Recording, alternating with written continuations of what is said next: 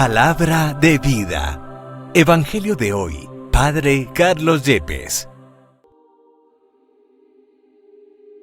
Del segundo libro de Samuel, capítulo 5, versículos 1 al 7 y 10. En aquellos días, todas las tribus de Israel fueron a Hebrón a ver a David y le dijeron: «Hueso y carne tuya somos». Ya hace tiempo, cuando todavía Saúl era nuestro rey, eras tú quien dirigías las entradas y salidas de Israel. Además, el Señor te ha prometido: tú serás el pastor de mi pueblo Israel. Tú serás el jefe de Israel.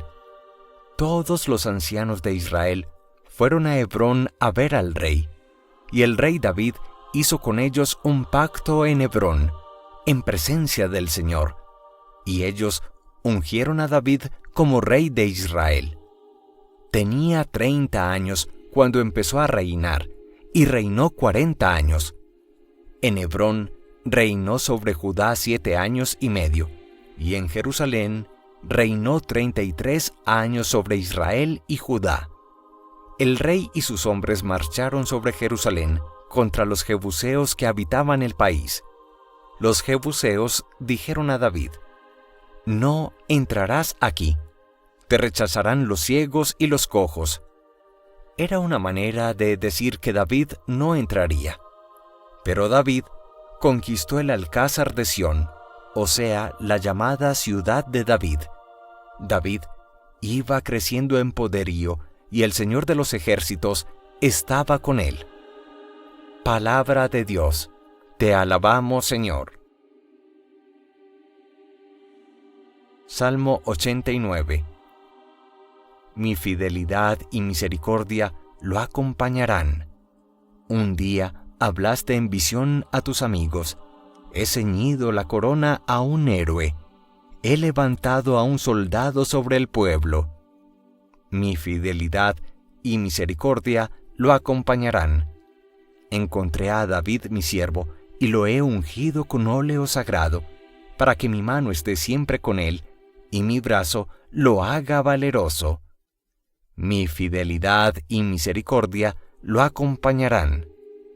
Mi felicidad y misericordia lo acompañarán. Por mi nombre crecerá su poder. Extenderé su izquierda hasta el mar, y su derecha hasta el gran río. Mi fidelidad y misericordia lo acompañarán. Del Santo Evangelio según San Marcos, capítulo 3, versículos 22 al 30. En aquel tiempo los escribas que habían bajado de Jerusalén decían: «Tiene dentro a Belcebú, y expulsa a los demonios con el poder del jefe de los demonios». Él los invitó a acercarse y les puso estas parábolas. ¿Cómo va a echar Satanás a Satanás? Un reino en guerra civil no puede subsistir. Una familia dividida no puede subsistir. Si Satanás se rebela contra sí mismo para hacerse la guerra, no puede subsistir. Está perdido. Nadie puede meterse en casa de un hombre forzudo para arramblar con su ajuar, si primero no lo ata. Entonces podrá arramblar con la casa. Creedme, todo se les podrá perdonar a los hombres, los pecados y cualquier blasfemia que digan, pero el que blasfeme contra el Espíritu Santo no tendrá perdón jamás, cargará con su pecado para siempre. Se refería a los que decían que tenía dentro un espíritu inmundo. Palabra del Señor. Gloria a ti, Señor Jesús. El Evangelio de San Marcos nos presenta cómo los escribas, los supuestos conocedores de la ley religiosa sagrada para los judíos, habían bajado de Jerusalén y observaban a Jesús para emitir oficialmente un juicio contra él, muy a propósito de que había sanado a un hombre, aparentemente de una epilepsia, enfermedad desconocida en tiempos de Jesús y que catalogaban muchos como una verdadera posesión demoníaca. Los escribas, con autoridad entre comillas, decían que Jesús sanaba a este hombre no con la fuerza de Dios, la fuerza del Espíritu que reside en él, sino con el poder de Beelzebú, el príncipe de los demonios. Jesús responde que más allá de una calumnia malintencionada, se trata de un verdadero absurdo, porque si este hombre está poseído por el mal, no puede ser liberado de ese mal con la fuerza del mal, porque un reino en guerra civil contra sí mismo o un reino dividido está llamado inexorablemente a la propia destrucción. Y zanjará Jesús toda esta discusión con un poco de dolor, afirmando que todo será perdonado, menos el pecado contra el Espíritu Santo. Para el pueblo creyente esta expresión siempre ha resultado curiosa, y en mi práctica como sacerdote permanentemente la gente de manera desprevenida me pregunta ¿cuál es en concreto ese pecado contra el Espíritu Santo? Aquí, a partir de esta calumnia que levantan los escribas contra Jesús, podemos señalar 3 verdades para nuestra vida. La primera, ese pecado contra el Espíritu Santo es en el fondo imperdonable porque muestra la rebeldía, la obstinación, la negación total de un hombre a la gracia salvadora y gratuita de Dios, la ceguera voluntaria ante la luz esplendorosa de la verdad, atribuyendo al diablo lo que evidentemente es una obra luminosa de Dios. Lo diré en otras palabras, cuando un ser humano tiene un nivel de ceguera total, aunque vea milagros todos los días, no creerá en Jesucristo, no creerá en el Evangelio, no creerá en los cristianos, no creerá en la Iglesia Católica.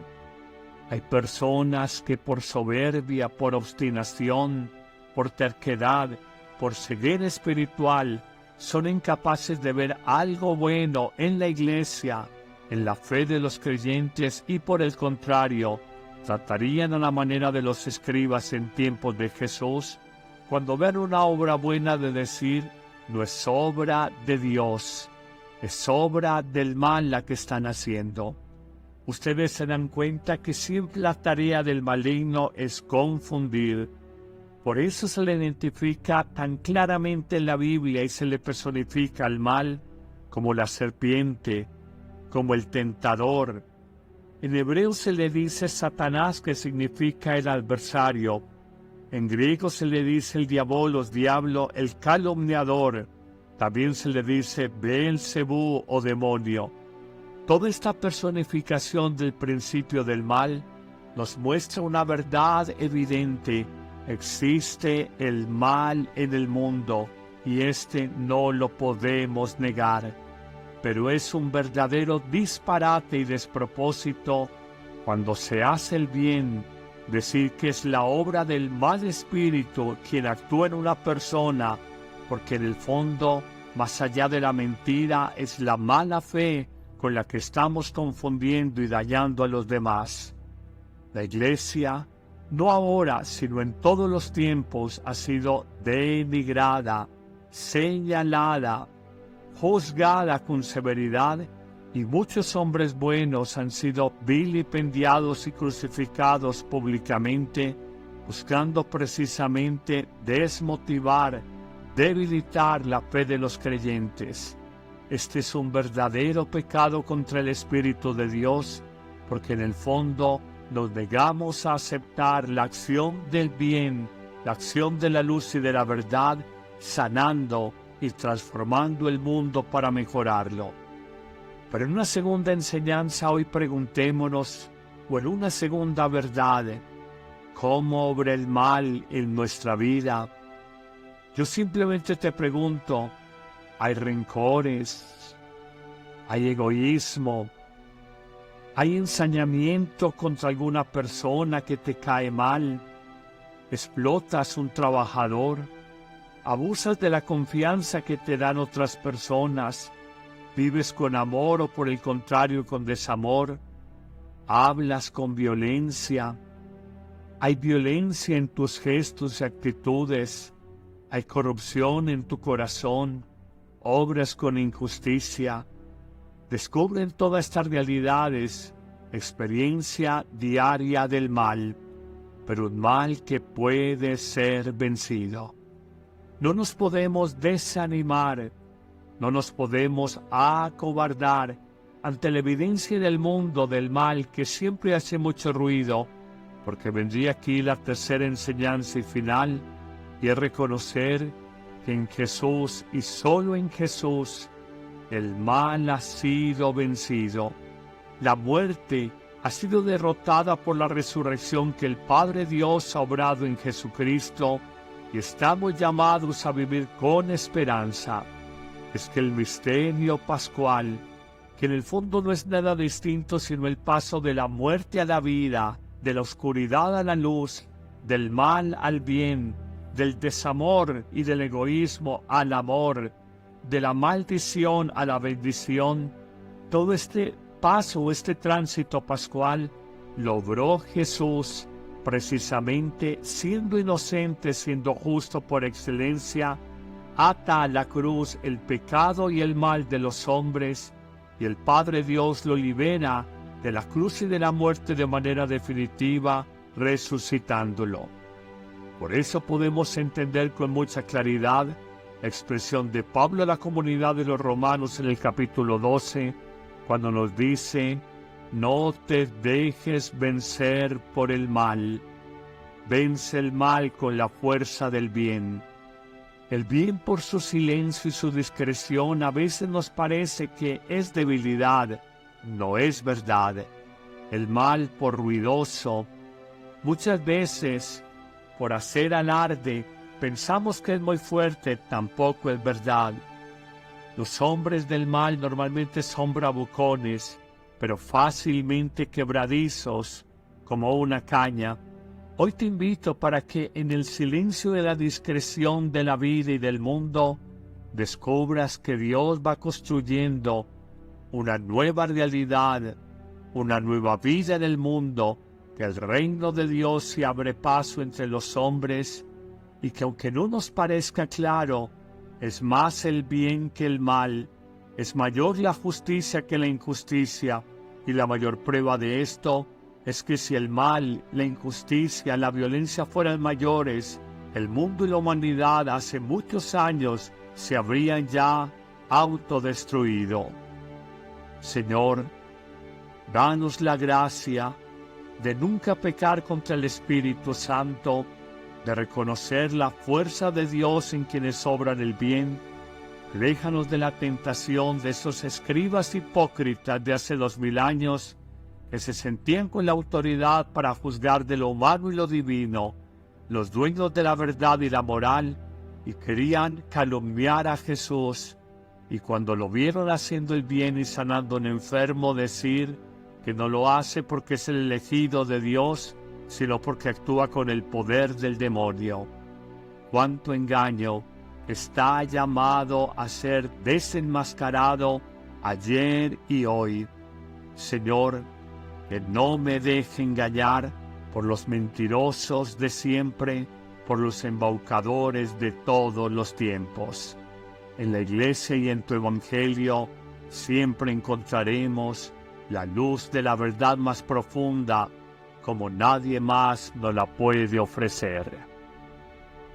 El Señor y su Espíritu de amor te bendiga en abundancia en este día, en el nombre del Padre, y del Hijo, y del Espíritu Santo. Amén. La Eucaristía es el principio y culmen de la vida cristiana. La Eucaristía es la oración más alta a Dios, la acción de gracias más sublime. El sacrificio pascual de Cristo que se ofrece por nosotros ante el Padre y se dona en el pan de vida que comemos.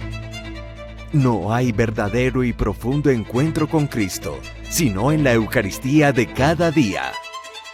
Vívela diariamente en tu parroquia, y si no puedes asistir, celébrala con nosotros en YouTube y Facebook Live con el Padre Carlos Yepes y el equipo de sacerdotes que apoyan a Amén Comunicaciones. Te esperamos todos los martes, jueves, viernes y domingo. La Iglesia hace la Eucaristía y la Eucaristía hace a la Iglesia.